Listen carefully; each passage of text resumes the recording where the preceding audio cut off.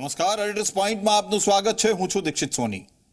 ચીનની નાપાક હરકત સૌથી પહેલા આપને જણાવી દઈએ તો આખી દુનિયામાં કોરોના નામની મહામારી ફેલાવી, પરંતુ જ્યારે તેના પર વાયરસ ફેલાવવાનો આરોપ લગાવવાનું શરૂ થયું ત્યારે ચાઇનીઝ ડ્રેગને ભારતની સરહદ પર ઘૂસણખોરી કરવાનો પ્રયાસ કર્યો. G7માં અમેરિકાએ ભારતને આમંત્રણ આપ્યું, તેનું પણ ચીનને પેટમાં દુખ્યું. લદ્દાખમાં ભારતના સૈનિકો સાથે ચીનના સૈનિકોની હિંસક અથડામણમાં ભારતના 20 જવાનો શહીદ થયા, જ્યારે ચીન પોતાના સૈનિકોના મૃત્યુના આંકડા છુપાવી રહ્યું છે. લદ્દાખની ઘટના પછી ભારતમાં પણ લોકોમાં રોષ ફાટી નીકળ્યો છે. ત્યારે ભારતે ચીનને પાઠ ભણાવવા શું પ્લાન બનાવ્યો? ભારતના કયા વિધ્વંસક શસ્ત્રોની રડાર પર ચાઇનીઝ ડ્રેગન આવી ગયું છે? આ તમામ સવાલોના જવાબ મેળવીશું આજના એડિટર્સ પોઈન્ટમાં. પરંતુ તે પહેલા જોઈએ દિવસભરના તમામ મોટા સમાચાર સુપરફાસ્ટ 2020માં.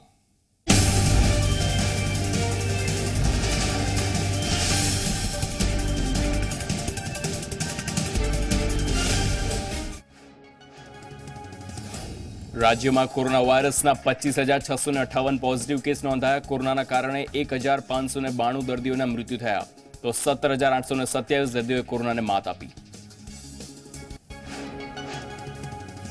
રાજ્યમાં કોરોના વાયરસના 510 નવા પોઝિટિવ કેસ નોંધાયા. કોરોનાના કારણે 31 દર્દીઓના મૃત્યુ થયા, 389 દર્દીઓએ કોરોનાને માત આપી. અમદાવાદમાં કોરોના વાયરસના નવા 317 કેસ નોંધાયા. સુરતમાં 82, વડોદરામાં 43, તો ગાંધીનગરમાં 11, ભરૂચમાં 9, જામનગરમાં 7, આણંદમાં 6 કેસ થયા, તો અરવલ્લી અને પાટણમાં 5 કેસ નોંધાયા. 7 જિલ્લાઓના એક કેસ નોંધાયો. અમદાવાદમાં કોરોના વાયરસના 17,946 પોઝિટિવ કેસ. સુરતમાં કોરોના વાયરસના 2,861 પાર થયા, તો વડોદરામાં 1,725 કેસ થયા, ભાવનગરમાં 178, તો રાજકોટમાં 172 પોઝિટિવ કેસ થયા. ભારતમાં 3,71,000થી વધુ કોરોનાના કેસ. દેશમાં અત્યાર સુધીમાં 12,000થી વધુ લોકોના મૃત્યુ થયા, તો દેશમાં 1,96,000થી વધુ લોકો સ્વસ્થ થયા. વિશ્વમાં કોરોનાના કેસ 84,85,000ને પાર. કોરોનાના કારણે 4,52,000થી વધુ લોકોના મૃત્યુ થયા, જ્યારે 44,46,000થી વધુ લોકોએ કોરોનાને માત આપી. ભગવાન જગન્નાથની રથયાત્રા અંગે મહત્વના સમાચાર. રથયાત્રા નીકળવાની મંજૂરી ના આપવાની માંગ સાથે અરજી કરવામાં આવી. અરજદારે હાઈકોર્ટમાં અરજી કરીને રજૂઆત કરી છે. રથયાત્રા નીકળશે તો કોરોનાના કેસમાં વધારો થશે તેવો ઉલ્લેખ છે. કોરોના સંકટમાં રથયાત્રાની મંજૂરી પર રોક લગાવવામાં આવે તેવી અરજદારે અરજી કરી છે.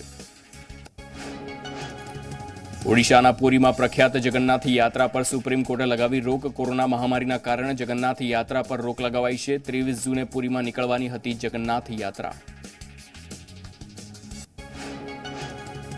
કથાકાર મોરારી બાપુ પર પબુબા માણેકે હુમલાનો પ્રયાસ કર્યો. પૂનમબેન માડમ સહિતના નેતાઓની ઉપસ્થિતિમાં હુમલાનો પ્રયત્ન કરવામાં આવ્યો. પબુબા માણેક ભાજપના પૂર્વ ધારાસભ્ય ભગવાન કૃષ્ણ સંદર્ભે દ્વારકામાં મળી હતી બેઠક. મોરારી બાપુએ ભગવાન શ્રી કૃષ્ણ પર કરેલા નિવેદનને લઈ ચાલતો હતો વિવાદ. વ્યાસપીઠ પરથી બાપુ કેમ બોલ્યા તેનો ચાલતો હતો વિરોધ, તો પબુબા માણેક દ્વારકામાં ભાજપના મોટા નેતા છે.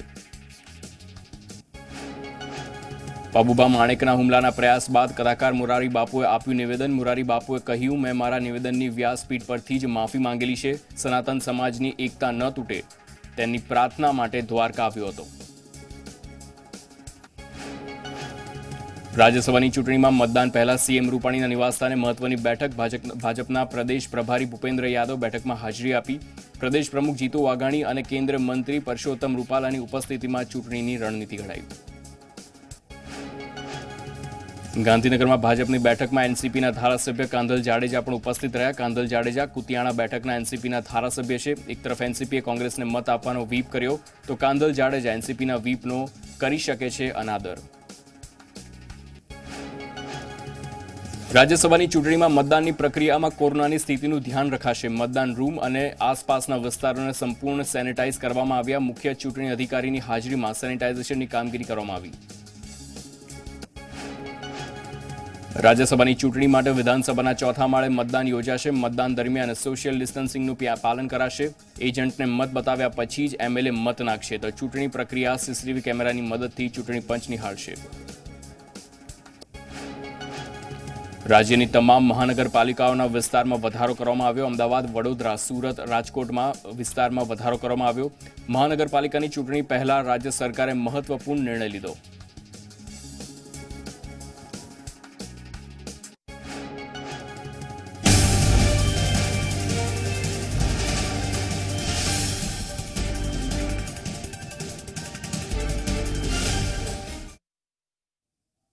સુપરફાસ્ટ 2020 જોયા બાદ હવે વાત કરીએ ચીનની અવળચંડાઈની. ગલવાન ઘાટીમાં ભારતના સૈનિકો પર દગો કરીને હુમલો કર્યા પછી ચીન સામે 130 કરોડ ભારતીયોનો ગુસ્સો ફાટી નીકળ્યો છે. લોકોને વિશ્વાસ છે કે ચીન સામે ભારતીય સેના બદલો લેશે, તેને પાઠ ભણાવશે. એવામાં ચીન સામે બદલાની આગમાં સૈનિકો ઉપરાંત સામાન્ય લોકો પણ ભભૂકી ઉઠ્યા છે. આખા દેશમાં ચાલબાઝ ચીન સામે વિરોધ પ્રદર્શનો તેજ થઈ ગયા છે. તેની વચ્ચે ભારતમાં વેપારી સંગઠનોએ એક એવો પ્લાન બનાવ્યો છે જેનાથી ચીનના દાણા પાણી બંધ થઈ શકે છે.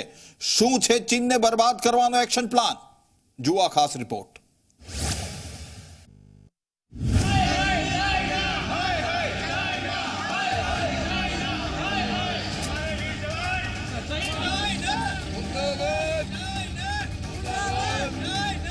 ફૂલ બાયકોટ કરવાના મૂડમાં છે. ચાઇના પ્રોડક્ટને બાય બાય જ કહેવું પડે.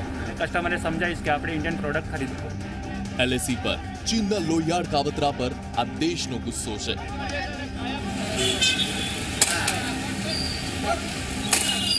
આક્રોશની આગ છે.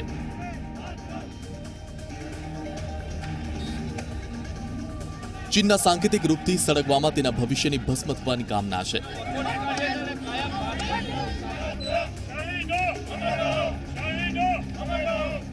ભારતીય જવાનોની શહીદીનો ઇંતકામ લેવાનો નિશ્ચય છે અને સૌથી મોટી વાત, ડ્રેગનના દાણા પાણી બંધ કરવાની રૂપરેખા છે. 14,000 ફૂટ ઊંચી ગલવાન વેલીમાં 3 કલાક સુધી ચીનના છક્કા છોડાવનાર જવાનોની જેમ 130 કરોડ હિન્દુસ્તાનીઓનું લોહી ઉકળી ઉઠ્યું છે અને ડ્રેગનને પાઠ ભણાવવા માટે દરેક શક્ય પ્રકાર પર વિચારણા ચાલી રહી છે. હાલ તો ભારતના વિવિધ શહેરોમાં ચાઇનીઝ પ્રોડક્ટનો વિરોધ જોરશોરથી ચાલી રહ્યો છે, જેમાં શરૂઆત ગુજરાતથી કરીએ. આ દ્રશ્યો ડાયમંડ સિટી સુરતના છે, જ્યાં લોકો ચાઇનીઝ વસ્તુના બહિષ્કારના નારા લગાવી રહ્યા છે.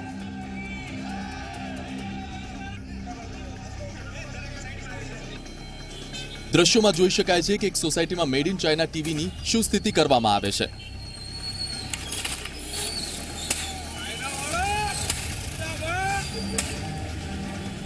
आज हमें बहुत दुख के साथ, खेद के साथ ये कहना पड़ रहा है कि हमारे वीर जवानों को जो चाइना ने जो गद्दारी से हमारे जवानों के साथ जो सलूक किया है, इसके लिए हम ये दुख प्रकट किए हैं और चाइना की चीज़ों का हम बहिष्कार कर रहे हैं.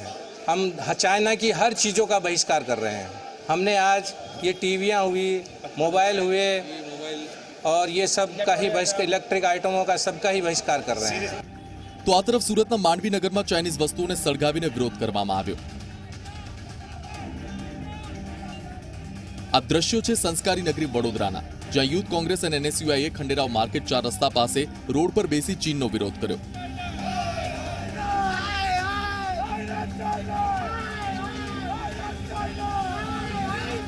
લોકોમાં ચીનના નામનો રોષ તો જુઓ. વડોદરામાં લારીઓ પરથી ચાઇનીઝ નામ હટાવી સાઇનીઝ કરવામાં આવી રહ્યું છે.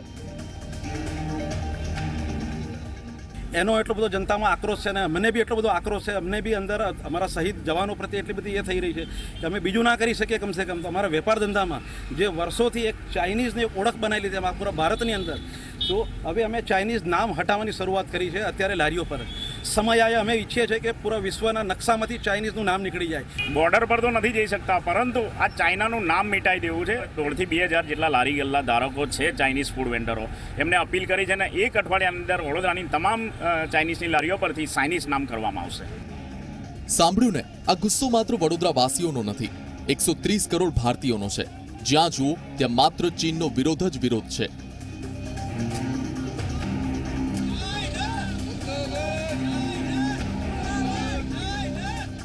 જુઓ આ દ્રશ્યો છે ઉત્તર પ્રદેશના કાનપુરના, જ્યાં ચાઇનીઝ ટીવીને તોડવામાં આવી રહ્યા છે.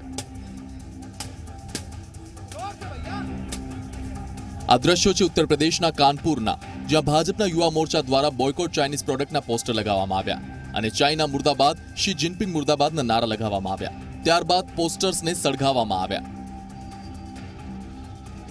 આ દ્રશ્યો જુઓ જે બિહારના કારગિલ ચોકના છે, જ્યાં ચીનના રાષ્ટ્રપતિ શી જિનપિંગનું પૂતળું બનાવી તેને આગ ચાંપવામાં આવી. આ દ્રશ્યો છે હિમાચલ પ્રદેશના ધર્મશાળાના, જ્યાં મેડ ઇન ચાઇના કોરોના વાયરસનો બોલ તૈયાર કરાયો. તેની બાજુમાં તિબેટિયન યુથ કોંગ્રેસે વિરોધ માટે સિગ્નેચર કેમ્પેઇન શરૂ કર્યું. દેશમાં લોકોની સાથે સાથે વેપારીઓ પણ વિરોધ કરી રહ્યા છે. ત્યારે વેપારીઓના સંગઠન કન્ફેડરેશન ઓફ ઓલ ઇન્ડિયા ટ્રેડર્સે ડ્રેગનના દાણાપાણી બંધ કરવાનો પ્લાન તૈયાર કર્યો. CAITએ ચીનના સામાનના બહિષ્કારની બ્લુપ્રિન્ટ બનાવી લીધી છે. 500 એવા સામાનની યાદી તૈયાર કરી છે, જેના દ્વારા ચીનને $13 બિલિયન ઝટકો આપવાનો છે. चीनी वस्तुओं के बहिष्कार को लेकर के एक नई बहस पूरे देश के अंदर छिड़ी है, जिसका confederation of all India traders पूरी तरीके से स्वागत करता है और समर्थन भी करता है. कन्फेडरेशन पिछले 5 वर्षों से लगातार चीनी वस्तुओं के बहिष्कार का अभियान पूरे देश में चला रहा है, जिसमें कुछ सफलताएं हमको मिली है. મોબાઈલ, ટીવી, ઘડિયાળ, ઓટો પાર્ટ્સ, રમકડા, તહેવારનો સામાન, લાઇટિંગ, ટેક્સટાઇલ્સ, ફર્નિચર અને સ્ટેશનરી. આ તો માત્ર CAITના પ્લાનની ઝલક છે, અને જો આ પ્લાન સફળ રીતે અમલમાં આવશે તો ચીનને શું નુકસાન થશે તે પણ સમજી લો. દર વર્ષે ચીન ભારતને $70 બિલિયન કાચો માલ મોકલે છે. ચીનમાંથી ભારતની આયાત લગભગ 5.25 લાખ કરોડ રૂપિયાની છે. તેમાંથી અનેક પ્રોડક્ટ્સ એવી છે જે ભારતમાં જ બને છે, પરંતુ ઓછા ભાવને કારણે ચીનના સામાનની ડિમાન્ડ હોય છે. આવા 3000 સામાનની યાદી CAITએ તૈયાર કરી લીધી છે. હાલ તો ચીનની અવરચંડાઈને કારણે દેશમાં રોષ ફાટી નીકળ્યો છે, જેની આગ પાડોશી દેશ ચીનને દઝાડવા માટે પૂરતી છે. પરંતુ તે માટે ભારત સરકારે નક્કર પગલાં લેવા પડશે અને ચીનને તેની જ ભાષામાં જવાબ આપવો પડશે.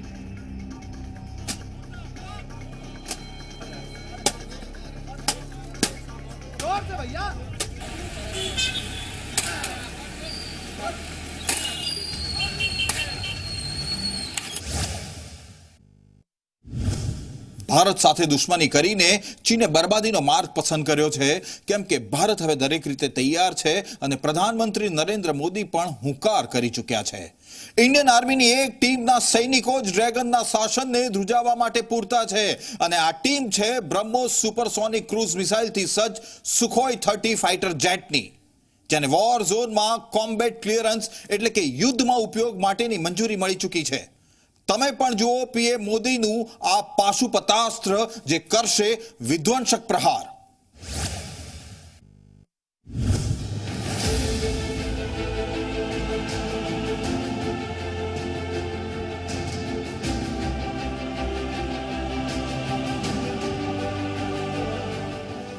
સુખોઈ 30ની સ્પીડ, બ્રહ્મોસ મિસાઇલનો પ્રહાર, રડાર પર ચીનનો દરેક વિસ્તાર, હિન્દુસ્તાનનો ડબલ ધમાકો. સુખોઈ બ્રહ્મોસની કેમેસ્ટ્રી, શેતાન દુશ્મનોની છુટ્ટી. ચાઇનીઝ ડ્રેગનનો બધો ખળભળાટ શાંત થઈ જશે. પીપલ્સ લિબરેશન આર્મીના બધા ઇરાદા માટીમાં મળી જશે. શાતિર જિનપિંગ સન્ન રહી જશે, કેમ કે ભારતનો સૌથી મોટો જંગબાજ હવે વોર ઝોનમાં આવી ચૂક્યો છે.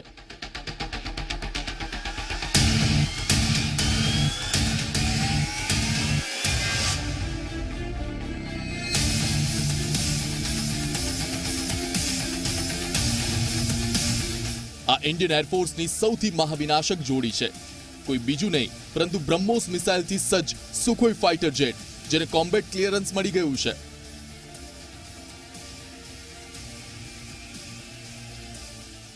ચીન યુદ્ધની હવાહવાઈ વાતો કરે છે.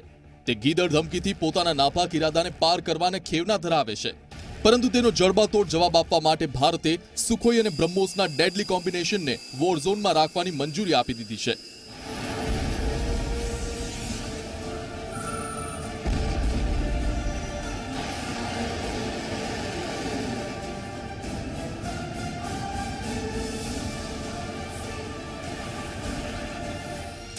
સુખોઈ 30 અને બ્રહ્મોસ સુપરસોનિક મિસાઇલની જોડી પાણી, હવા અને જમીન પર એક જ વખતમાં નેસ્ત નાબૂદ કરવાની શક્તિ ધરાવે છે. અત્યાર સુધી બ્રહ્મોસ મિસાઇલને જમીન પર રહેલા લોન્ચર અને સમુદ્રમાં રહેલા વોરશિપ કે ડિસ્ટ્રોયરથી લોન્ચ કરવામાં આવતી હતી, એટલે બ્રહ્મોસ મિસાઇલથી જમીનથી જમીન અને સમુદ્રમાંથી જમીન પર હુમલો કરી શકાતો હતો. પરંતુ વર્ષ 2017માં બ્રહ્મોસ મિસાઇલને હવાથી જમીન અને હવાથી હવામાં માર કરવા માટે ખાસ તૈયાર કરવામાં આવી.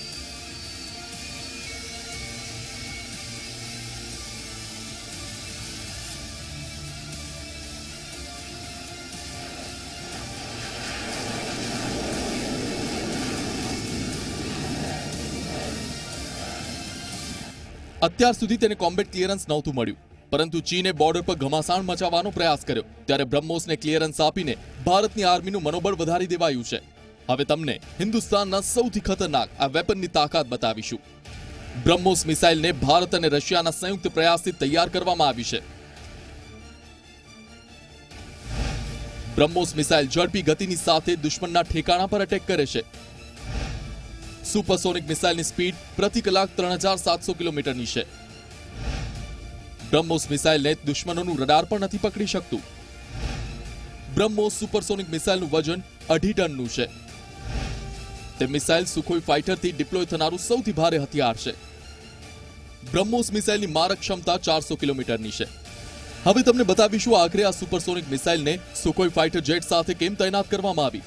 આખરે સુખોઈ 30 વિમાનમાં એવી તે કઈ વિશેષતા છે, તે કઈ તાકાત છે જે તેને આજના સમયમાં ખૂંખાર યોદ્ધા બનાવે છે, તે તમે પણ જોઈ લો.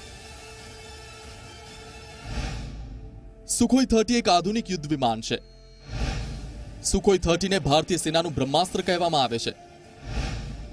સુખોઈ 30 ની સ્પીડ પ્રતિ કલાક 1350 કિલોમીટર છે. સુખોઈ એક વારમાં 3000 કિલોમીટરની ઉડાન ભરવામાં સક્ષમ છે. સુખોઈ 30 દુનિયાના શાનદાર ફાઇટર જેટ્સમાંથી એક છે. ભારતીય વાયુસેના પાસે 250 થી 270 સુખોઈ જેટ છે. ચીનના ખૌફના કાવતરા પર લગામ લગાવવા માટે હિન્દુસ્તાનની આ ડબલ ટીમ પૂરતી છે. આ એકમાત્ર દુશ્મનનો સર્વનાશ કરવાનો દમ રાખે છે.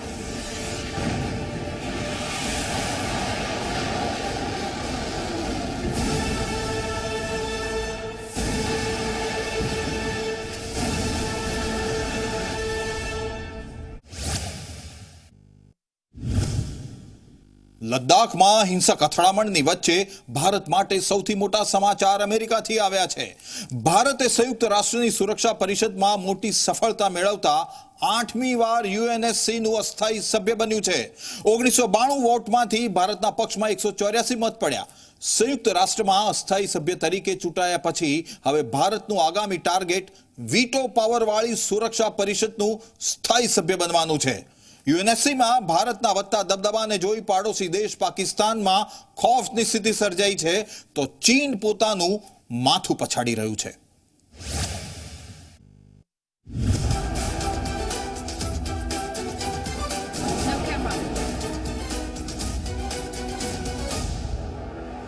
Number of members present and voting 192. Required two-thirds majority 128. Number of votes obtained India 184.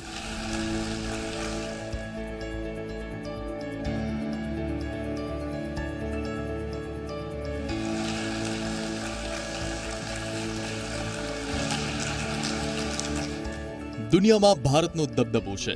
દુનિયાની સૌથી મોટી એજન્સીમાં થયેલી આ જાહેરાત બતાવે છે કે દુનિયા હિન્દુસ્તાન પર વિશ્વાસ રાખે છે. આ દ્રશ્યો આ વાતની સાક્ષી છે કે હિન્દુસ્તાનને દુનિયા કઈ નજરથી જોઈ રહ્યું છે. And I'm deeply humbled by the tremendous confidence which the member states of the United Nations have reposed in India.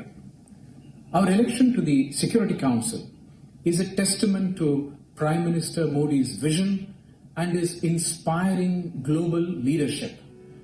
ભારતને બુધવારે 8મી વખત સંયુક્ત રાષ્ટ્ર સુરક્ષા પરિષદના અસ્થાયી સભ્ય તરીકે નિર્વિરોધ પસંદ કરવામાં આવ્યો. નિર્વિરોધ ચૂંટાઈ આવ્યા પછી હવે ભારત 2021-22ના કાર્યકાળ માટે સંયુક્ત રાષ્ટ્રની સર્વોચ્ચ સંસ્થાનું અસ્થાયી સભ્ય બન્યું. 193 સભ્યોવાળી સંયુક્ત રાષ્ટ્ર મહાસભાએ પોતાના 75મા સત્ર માટે અધ્યક્ષ, સુરક્ષા પરિષદના અસ્થાયી સભ્યો, આર્થિક અને સામાજિક પરિષદના સભ્યો માટે ચૂંટણી કરાવી.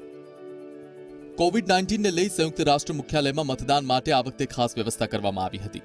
ભારતનું અસ્થાયી સભ્ય તરીકે 15 દેશોની સુરક્ષા પરિષદમાં સામેલ થવાનું નક્કી માનવામાં આવી રહ્યું હતું. ભારત માટે જીત એટલા માટે પણ નક્કી હતી કેમ કે ભારત સમૂહની આ એકમાત્ર સીટ માટે એકમાત્ર ઉમેદવાર હતું. આ જીતની સાથે ભારત 2021-22ના કાર્યકાળ માટે એશિયા પ્રશાંત શ્રેણીમાં અસ્થાયી સભ્ય રહેશે. India will become a member of the Security Council at a critical juncture, and we are confident that in the COVID and the post-COVID world, India will continue to provide leadership and a new orientation for a reformed multilateral system. મહાસભા દર વર્ષે 2 વર્ષના કાર્યકાળ માટે કુલ 10માંથી 5 અસ્થાયી સભ્યની ચૂંટણી કરાવે છે. આ 10 અસ્થાયી સીટ ક્ષેત્રીય આધાર પર વિતરણ કરવામાં આવે છે. આ 5 બેઠકો આફ્રિકા અને એશિયાઈ દેશો માટે નક્કી છે. એક પૂર્વીય યુરોપીય દેશ, 2 લેટિન અમેરિકા અને કેરેબિયન દેશ અને 2 યુરોપીય અને અન્ય દેશોને આપવામાં આવે છે. હાલમાં લદ્દાખમાં થયેલી હિંસક અથડામણ પછી ચીનને મરચા લાગ્યા.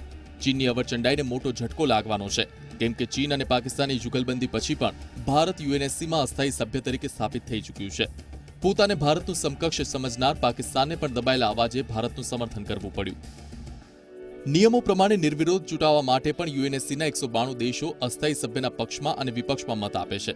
અસ્થાયી સભ્ય બનવા માટે 128 દેશનું સમર્થન જરૂરી છે. તેમાં ભારતની સૌથી મોટી જીત છે. આ પહેલા ભારત યુએનએસસીનું 7 વખત અસ્થાયી સભ્ય રહી ચૂક્યું છે. संयुक्त राष्ट्र महासभा के 74वें सत्र को 130 करोड़ भारतीयों की तरफ से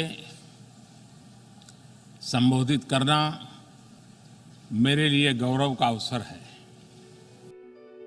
આઝાદી પછી સૌથી પહેલા ભારત 1950-51માં યુએનએસસીનું સભ્ય બન્યું હતું. તે પછી 1967થી 1968, 1972-73માં ભારત અસ્થાયી સભ્ય રહ્યું. ફરી એક વખત 1977-78માં ભારતે અસ્થાયી સભ્યપદ હાંસલ કર્યું. 5મી વખત 1984-85માં, 1991-92માં અને પછી 2011-12માં અસ્થાયી સભ્ય રહ્યું હતું. જો કે 8મી વખત યુએનએસસીનું અસ્થાયી સભ્ય બનવા માટે 8 વર્ષની રાહ જોવી પડી. આ 8મી વાર છે જ્યારે ભારત યુએનએસસીનું અસ્થાયી સભ્ય બન્યું. આ પ્રસંગે પ્રધાનમંત્રીએ ટ્વીટ કરી કહ્યું કે સંયુક્ત રાષ્ટ્ર સુરક્ષા પરિષદમાં ભારતની સભ્યતા માટે વૈશ્વિક સમુદાય દ્વારા બતાવવામાં આવેલ ભારે સમર્થન માટે દિલથી આભારી છું. ભારત વૈશ્વિક શાંતિ, સુરક્ષા, સુગમતા અને એકતાને સમર્થન આપવા માટે બધા સભ્ય દેશોની સાથે કામ કરશે. યુએનએસસીમાં ભલે ભારત અસ્થાયી સભ્ય બન્યું, પરંતુ ભારતની જગ્યા અહીં નથી. ભારત સંયુક્ત રાષ્ટ્રમાં સ્થાયી સભ્યનું દાવેદાર છે, જેમાં ચીન અને પાકિસ્તાન એમ 2 દેશ રોડા નાખે છે. पूरी दुनिया की और मानवता की सबसे बड़ी चुनौतियों में से एक है. आतंक के नाम पर बटी हुई दुनिया उन सिद्धांतों को ठेस पहुंचाती है जिनके आधार पर यूएन का जन्म हुआ है.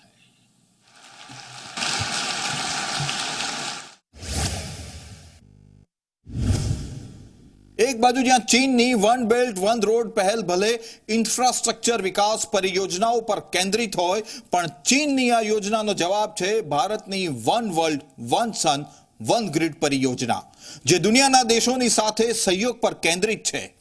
કોરોના કાળમાં આખી દુનિયાની અર્થવ્યવસ્થા ડામાડોળ થઈ ગઈ છે, ત્યારે ચીન તેમાંથી છુટકારો મેળવીને અર્થવ્યવસ્થાને મજબૂત કરવામાં લાગી ગયું છે. આ સમયે ભારતે કયું હુકમનું પત્તું ખોલ્યું છે જે ચીનના વન બેલ્ટ વન રોડનો જવાબ છે, જેનાથી ડ્રેગનને હાર પણ મળશે અને લદ્દાખમાં થયેલી હિંસક અથડામણનો બદલો પણ લેવાશે.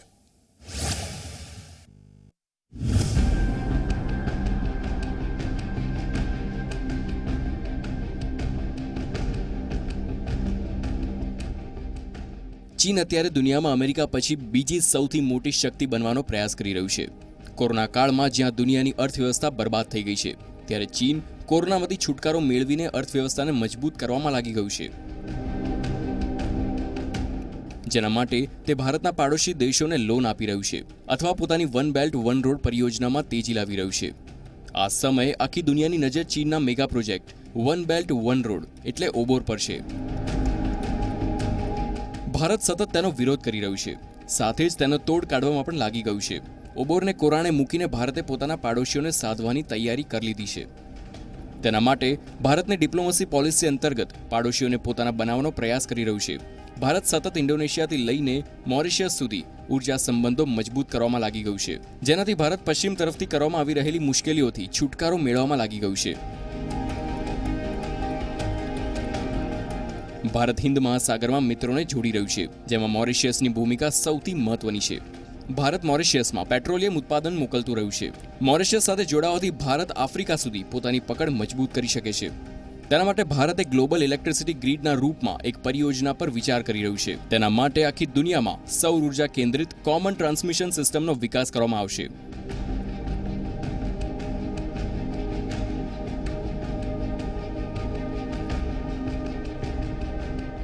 ભારતે તેના માટે હાલમાં સલાહકાર ફોરમના પ્રસ્તાવને હાલમાં આમંત્રિત કર્યા છે, જેથી ગ્લોબલ ઇલેક્ટ્રિસિટી ગ્રીડનો રોડમેપ સારી રીતે તૈયાર કરી શકાય. તેની પાછળનો ઉદ્દેશ છે ચીનને હિન્દ મહાસાગરના વિસ્તારમાં નબળો બનાવી શકાય.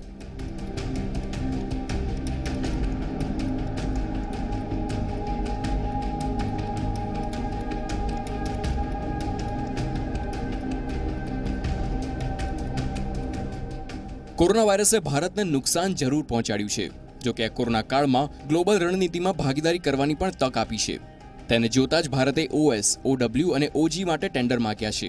હકીકતમાં દુનિયામાં કોઈ પણ દેશ દ્વારા શરૂ કરવામાં આવેલી સૌથી મહત્વાકાંક્ષી યોજનામાંથી એક છે અને આર્થિક ફાયદો શેર કરવાના મામલે વૈશ્વિક મહત્વની યોજના છે. આવી ગ્લોબલ યોજનાને દક્ષિણ પૂર્વી એશિયાઈ દેશો, મધ્ય પૂર્વ અને આફ્રિકી દેશો સાથે મળીને ભારત ગ્લોબલ ઉર્જા ક્ષેત્રમાં મહત્વની ભૂમિકા ભજવવાનો દમ રાખે છે.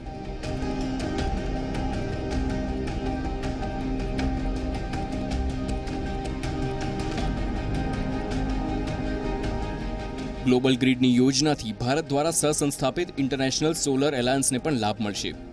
ISAમાં ભારત સહિત 67 દેશ સામેલ છે. આ ક્લાઇમેટ ચેન્જ પર ભારતનું કોલિંગ કાર્ડ છે અને તેને વિદેશ નીતિના એક ઓજાર તરીકે જોવામાં આવી રહ્યું છે.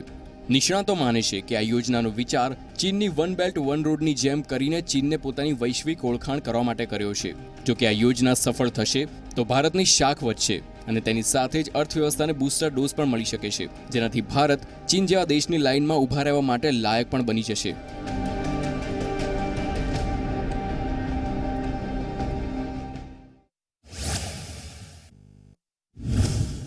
તો એડિટર્સ પોઈન્ટમાં આજે બસ આટલું જ. આવતીકાલે ગુજરાત, દેશ અને દુનિયાની તમામ અપડેટ સાથે ફરી મળીશું. ત્યાં સુધી મને આપો રજા. જતા જતા Z24 કલાકની આપ સૌને એક જ અપીલ છે, સ્વસ્થ રહો, સુરક્ષિત રહો અને જોતા રહો Z24 કલાક. નમસ્કાર. Co powered by